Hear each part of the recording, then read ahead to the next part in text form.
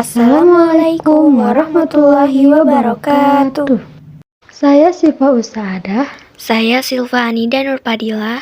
Kami akan mempresentasikan materi bab 6 tentang biografi tokoh penyebar Islam di berbagai wilayah Indonesia. Biografi Syekh Abdul Rauf As-Singkili 1035 Hijriah sampai 1105 Hijriah.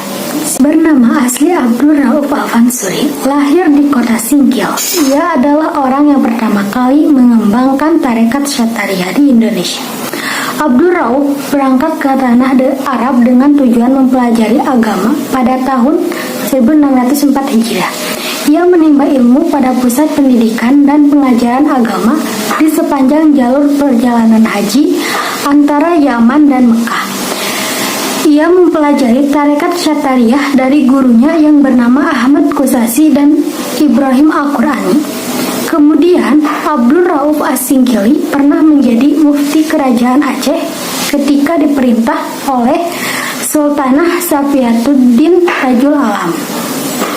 Abdul Rauf As-Singkili memiliki sekitar 21 karya tulis yang terdiri dari kitab tafsir, hadis, fikih, dan tasawuf.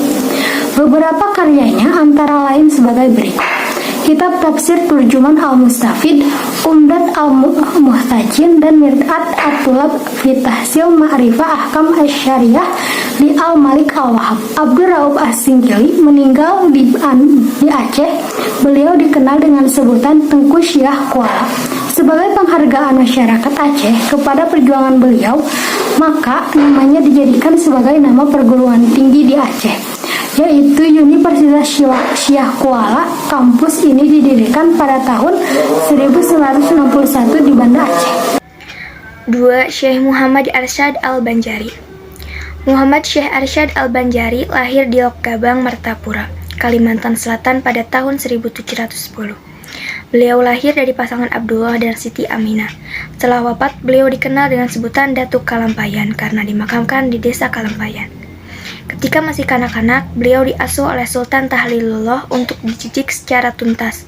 Bahkan beliau dikirim ke Makkah dan Madinah untuk belajar di sana kurang lebih 30 tahun.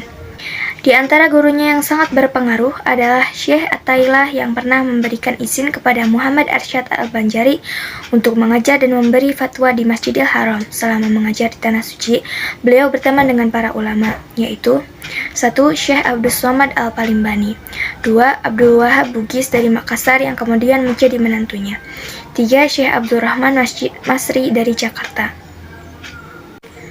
Langkah pertama yang dilakukan Syekh Muhammad Arsyad Al-Banjari sekembalinya belajar di Tanah Suci adalah membina kader-kader ulama. Ia meminta kepada Sultan Tajmidillah sebidang tanah untuk dijadikan sebagai pusat pendidikan. Di tempat itu dibangun rumah, ruang belajar, perpustakaan, serta asrama bagi para santri.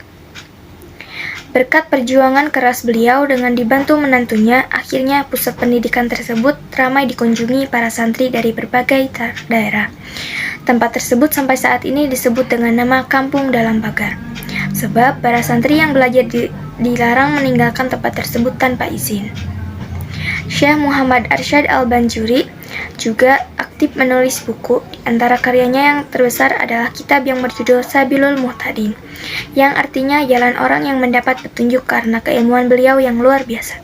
Muhammad Arsyad Al-Banjari mendapat julukan Matahari Agama dari Banjar. Sekian presentasi yang dapat kami sampaikan. Wassalamualaikum warahmatullahi wabarakatuh.